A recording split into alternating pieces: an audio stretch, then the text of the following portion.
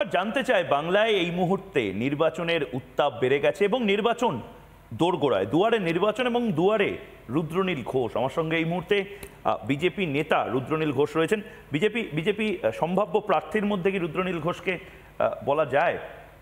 এটা তো দল বলতে পারবে। এটাই বিশ্বাস করি যে আমাদের যার যাই ইচ্ছা থাকুক না কেন, সবার থেকে দলের ইচ্ছাটাই বড় কথা, এবং যে যে প্রার্থীরা নির্বাচিত হয়েছেন তারা অত্যন্ত যোগ্য। রুদ্রনীল ঘোষ কবিতা তো নিজে লেখেন, প্লাস কবিতা পড়েওছেন ওই সুনীল গঙ্গোপাধ্যায়ের মন ভালো নেই, মন ভালো নেই, মন ভালো নেই, কেউ তা জানে না, কেউ তা বোঝে না, গোপন মুখে ছায়া নেই। রুদ্রনীল ঘোষের কি এই যে অভিনয় সত্তাটা এখন ভালো কাজে আসছে? কারণ বুক ফেটে যাচ্ছে, কিন্তু রুদ্রনীল ঘোষকে খুব সুন্দর হাসি মুখে চারপাশে ঘুরে যেতে হচ্ছে। 2020 থেকে বিজেপি করছেন, 2024 সাল, 4 বছর কি পেলেন, কি হারালেন, কিসের জন্য এগোচ্ছেন মনে হচ্ছে?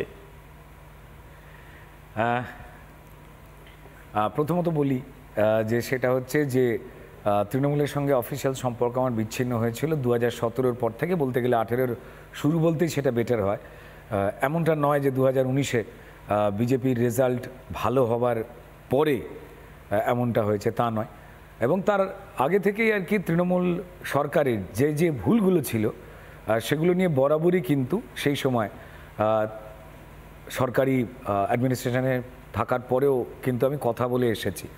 এটা সোশ্যাল মিডিয়ার প্রশ্ন, এবং এই সোশ্যাল মিডিয়ার যে প্রশ্নটা সেটা হচ্ছে বাংলার মানুষ জানতে চায় যে রুদ্রনীল ঘোষ, আমরা তো সবাই কোনো না কোনো মানে পশুর সাথে আইডেন্টিফিকেশন হয়, কেউ সিংহ, কেউ বাঘ বাংলায়। রুদ্রনীল ঘোষ কি কোথাও গিয়ে গিরগিটি হয়ে যাচ্ছে, রং বদলে ফেলছে, চ্যামেলিয়ন, গিরগিটি, এই শব্দগুলো অনেকে ফিসফাস করছে। আবার কি অন্যদিকে যাওয়ার ব্যাপারে ভাবনা চিন্তা হচ্ছে, রং বদলাচ্ছে? না, আমি এইটুকু বলতে পারি যে পশ্চিমবঙ্গের মানুষ যদি তার ভালো থাকবার জন্য, নিজের জীবন যাপন, নিজের সংসার, তাকে ভালো রাখবার জন্য কংগ্রেস থেকে সিপিআইএম, তারপর ভালো না থাকতে পেরে তাদের ঠকানো কথায় যখন তারা দুঃখ পান তখন তারা তৃণমূলকে ভরসা করেছিলেন। তৃণমূল, কংগ্রেস, সিপিএম কোনো কিছুর মধ্যেই ছিল না। একটা অদ্ভুত রকমের মমতা বন্দ্যোপাধ্যায়ের একটা দল ছিল, সেই তারা সবুজ হয়েছিলেন। তারপর তারা ধীরে ধীরে 2019 থেকে গেরুয়া হলেন, তারপর এখন পূর্ণ গেরুয়ার পথে তারা রয়েছেন। আমি কি পশ্চিমবঙ্গের মানুষের এই ভালো থাকার যে ইচ্ছা, নাগরিক অধিকার যে পাওয়ার ইচ্ছা, সেটাকে অসম্মান করে কখনো কি আমি গেরুয়া বলবো?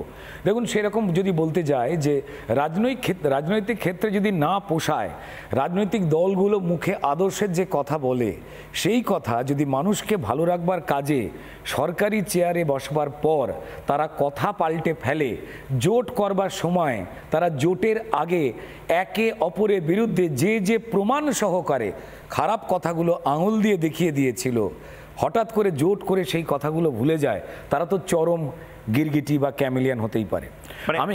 মানে রুদ্রনীল ঘোষের এখন আপাতত মানে টার্গেটটা কি তাহলে? আমার টার্গেট হচ্ছে, আমি যে দলের সঙ্গে রয়েছি 4-5 বছর জোরে, যেভাবে লড়াই করছি, যেভাবে আমার জীবন জীবিকাকে নষ্ট করে দেওয়ার পরেও আমি মাঠে রয়েছি, আমার পেটের খাবার কেড়ে নেওয়ার পরেও, আমার জীবিকা স্তব্ধ করবার পরেও আমার খালি পেটে যে আরও আওয়াজ তীব্রতর হয়েছেন সেটা মানুষ দেখেছেন। আমি শুধুমাত্র সোশ্যাল মিডিয়ায় নয়, আমি তো প্ল্যান করে ভাইরাল হইনি, আমি মানুষের কথাই তুলে ধরেছি। যখনই কোনো আন্দোলন, মুভমেন্ট হয়েছে, নিশ্চয়ই আপনারা বা আপনাদের যারা রিপোর্টাররা রয়েছেন, মানুষ রয়েছেন, তারা রাস্তাঘাটে আমাকে ঘেমে নিয়ে কিন্তু লড়াই করতে, চিৎকার করতে দেখতে পেয়েছেন। হয়তো তোমার ইন্ডাস্ট্রি, আমি একদম ফিল্ম ইন্ডাস্ট্রি, আমি নাম বলছি না, কিন্তু তারা সোশ্যাল মিডিয়াতে তো এটাও লিখছে যে আহারে রুদ্রনীল এখনো টিকিট পেল না, এত কষ্ট করলো, এত সিনেমা থেকে নিজেকে সরিয়ে নিল, এত রং দে তু মোহে গেরুয়া করলো।